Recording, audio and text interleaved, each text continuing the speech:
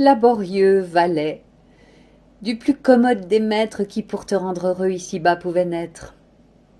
Antoine, gouverneur de mon jardin d'Auteuil, qui dirige chez moi l'if et le chèvrefeuille, et sur mes espaliers, industrieux génie sait si bien exercer l'art de la quintinie. Oh, que de mon esprit triste et mal ordonné, ainsi que de ce champ par toi si bien orné, ne puis-je faire ôter les ronces, les épines, et des défauts sans nombre, arracher les racines.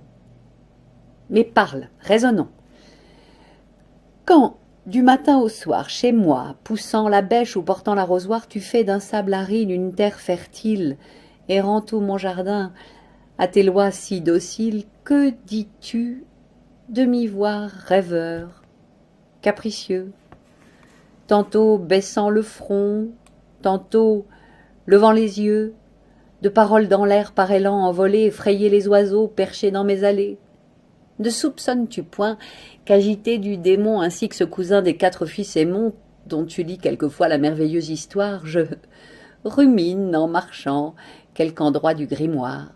Mais non, tu te souviens qu'au village on t'a dit que ton maître est nommé pour coucher par écrit les faits d'un roi plus grand en sagesse, en vaillance que Charlemagne aidé des 12 pairs de France. Tu crois qu'il y travaille, et qu'au long de ce mur, peut-être, en ce moment, il prend Mons et Namur.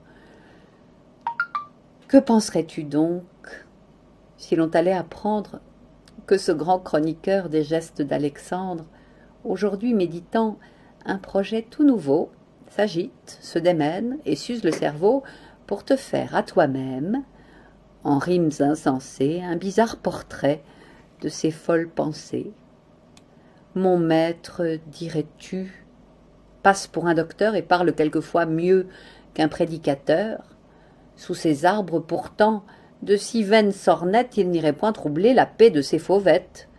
S'il lui fallait toujours comme moi s'exercer, labourer, couper, tondre, aplanir, palisser, et dans l'eau de ses puits sans relâche tirer de ce sable étanché la soif démesurée.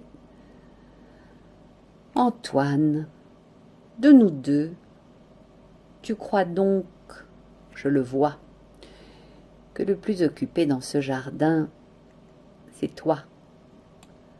Oh, que tu changerais d'avis et de langage si 2 jours seulement, libre du jardinage, tout à coup, devenu poète et bel esprit, tu t'allais engager à polir un écrit qui dit, sans s'avilir, les plus petites choses.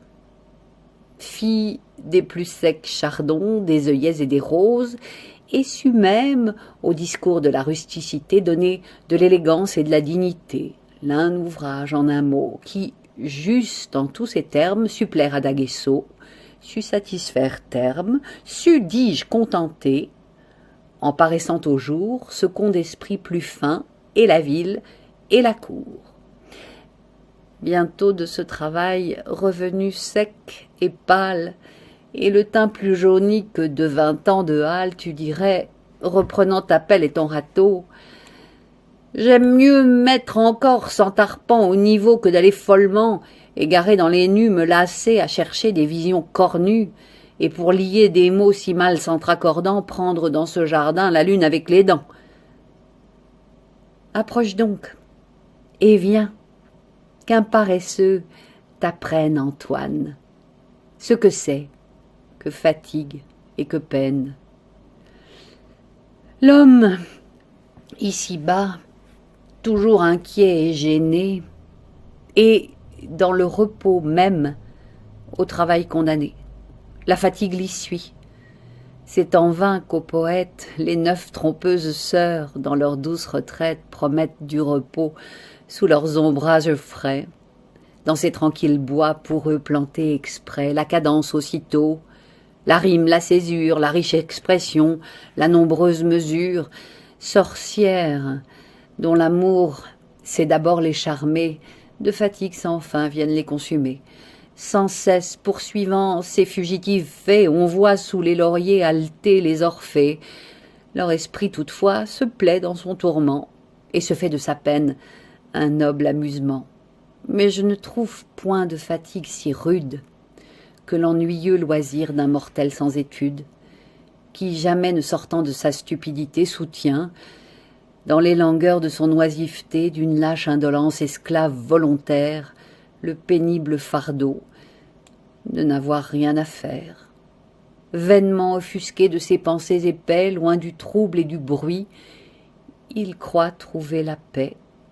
Dans le calme odieux de sa sombre paresse, tous les honteux plaisirs, enfants, de la mollesse, usurpant sur son âme un absolu pouvoir, de monstrueux désirs le viennent émouvoir, irritent de ses sens la fureur endormie et le font le jouet de leur triste infamie. Puis, sur leurs pas, soudain, arrivent les remords, et bientôt avec eux tous les fléaux du corps, la pierre, la colique et les gouttes cruelles, guénauds, rinçants, brayères, presque aussi tristes qu'elles, chez l'indigne mortel courent tous s'assembler.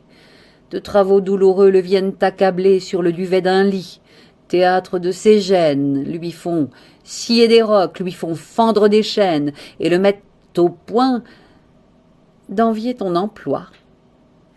Reconnais donc, Antoine, et conclus avec moi que la pauvreté mâle, active et vigilante est, parmi les travaux, moins lasse et plus contente que la richesse oisive au sein des voluptés. Je te vais pour cela prouver deux vérités. L'une, que le travail aux hommes est nécessaire, fait leur félicité plutôt que leur misère, et l'autre, qu'il n'est point de coupable en repos. C'est ce qu'il faut ici montrer en peu de mots. Suis-moi donc. Mais je vois sur ce début de prône que ta bouche déjà s'ouvre large d'une aune et que les yeux fermés tu baisses le menton. Ma foi, le plus sûr est de finir ce sermon. Aussi bien, j'aperçois ces melons qui t'attendent et ces fleurs qui là-bas entre elles se demandent s'il est fait au village et pour quel saint nouveau on les laisse aujourd'hui si longtemps manquer d'eau.